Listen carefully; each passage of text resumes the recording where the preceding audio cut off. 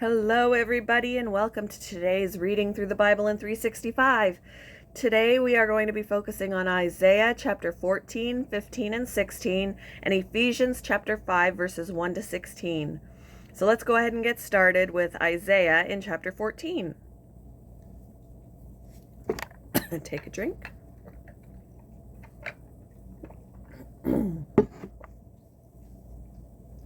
The Lord will have compassion on Jacob. Once again, he will choose Israel and will settle them in their own land. Foreigners will join them and unite with the descendants of Jacob.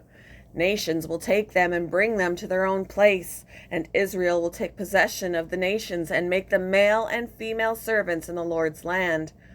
They will make captives of their captors and rule over their oppressors. On the day the Lord gives you relief from your suffering and turmoil and from the harsh labor forced on you, you will take up this taunt against the king of Babylon. How the oppressor has come to an end, how his fury has ended. The Lord has broken the rod of the wicked, the scepter of the rulers, which in anger struck down peoples with unceasing blows, and in fury subdued nations with relentless aggression. All the lands are at rest and at peace. They break into singing. Even the junipers and the cedars of Lebanon gloat over you and say, "Now that you have been laid low, no one comes to cut us down." The realm of the dead below is all astir to meet you at your coming. It rouses the spirits of the departed to greet you. All those who were leaders in the world, it makes them rise from their thrones. All those who were kings over the nations, they will all respond. They will say to you, "You also have become weak, as we are. You have become like us." All your pomp has been brought down to the grave, along with the noise of your harps. Maggots are spread out beneath you, and worms cover you. How you have fallen from heaven, morning star, son of the dawn! You have been cast down to the earth. You who once laid low the nations. You said in your heart, "I will ascend to the heavens. I will raise my throne above the stars of God. I will sit enthroned on the Mount of Assembly, on the utmost heights of Mount Zaphon. I will ascend above the tops of the clouds. I will make myself like the Most High." But you are brought down to the realm of the dead, to the depths of the pit. Those who see you stare at you. They ponder your fate. Is this the man who shook the earth and made kingdoms tremble? The man who made the world a wilderness, who overthrew its cities and would not let his captives go home. All the kings of the nations lie in state, each in his own tomb. But you are cast out of your tomb like a rejected branch. You are covered with the slain, with those pierced by the sword. Those who descend to the stones of the pit, like a corpse trampled underfoot. You who will not join them in burial, for you have destroyed your land and killed your people. Let the offspring of the wicked never be mentioned again. Prepare a place to slaughter his children for the sins of their ancestors. They are not to rise to inherit the land and cover the earth with their cities. I will rise up again. I will rise up against them, declares the Lord Almighty. I will wipe out Babylon's name and survivors, her offspring and descendants, declares the Lord. I will turn her into a place for owls and into swampland. I will sweep her with the broom of destruction, declares the Lord Almighty.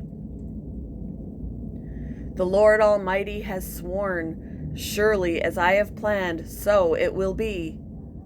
And as I have purposed, so it will happen. I will crush the Assyrian in my land. On my mountains I will trample him down. His yoke will be taken from my people, and his burden removed from their shoulders. This is the plan determined for the whole world. This is the hand stretched out over all nations. For the Lord Almighty has purposed, and who can thwart him? His hand is stretched out, and who can turn it back? This prophecy came in the year King Ahaz died. Do not rejoice, all you Philistines, that the rod that struck you is broken. From the root of that snake will spring up a viper. Its fruit will be a darting, venomous serpent. The poorest of the poor will find pasture, and the needy will lie down in safety. But your root I will destroy by famine. It will slay your survivors. Wail, you gate. Howl, you city. Melt away, all you Philistines. A cloud of smoke comes from the north, and there is not a straggler in its ranks. What answer shall be given to the envoys of that nation? The Lord has established Zion, and in her his afflicted people will find refuge. Chapter 15.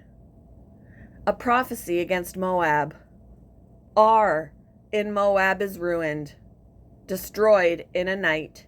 Kir in Moab is ruined, destroyed in a night. Dibon goes up to its temple, to its high places to weep. Moab wails over Nebo and Medeba. Every head is shaved and every beard cut off. In the streets they wear sackcloth. On the roofs and in the public squares they all wail, prostrate with weeping. Excuse me. Heshbon and Eliela,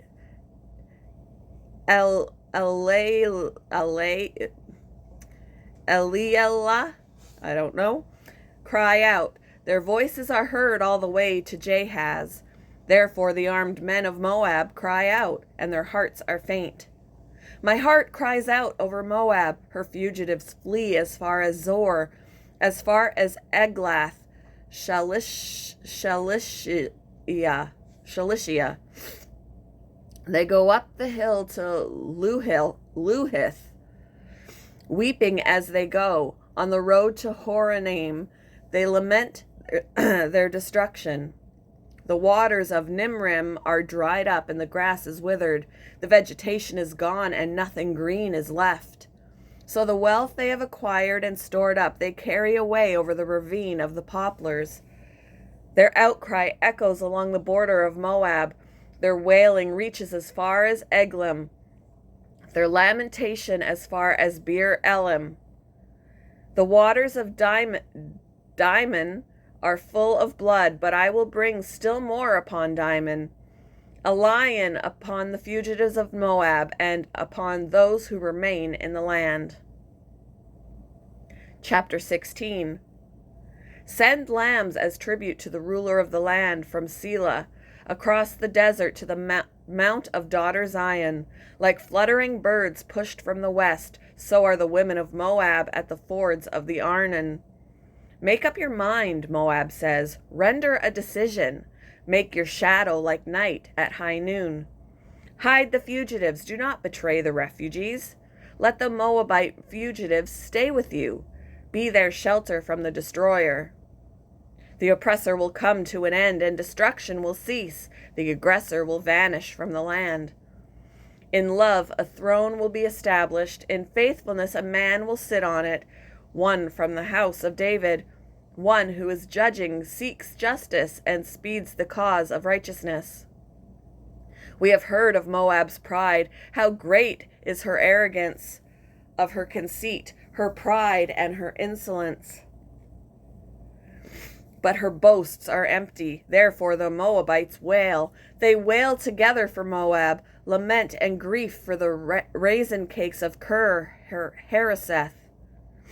The fields of Heshbon wither, the vines of Sibmah also.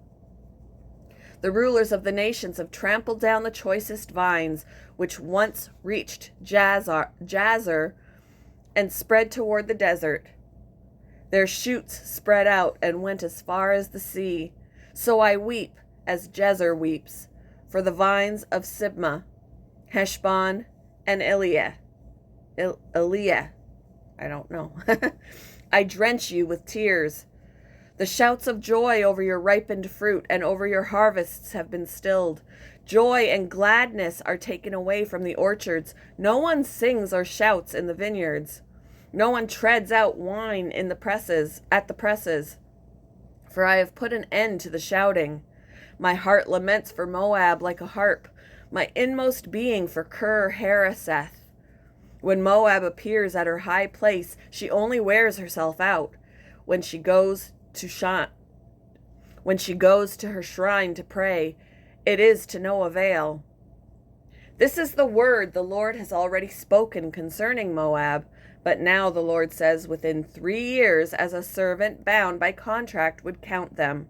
Moab's splendor and all her many people will be despised, and her survivors will be very few and feeble.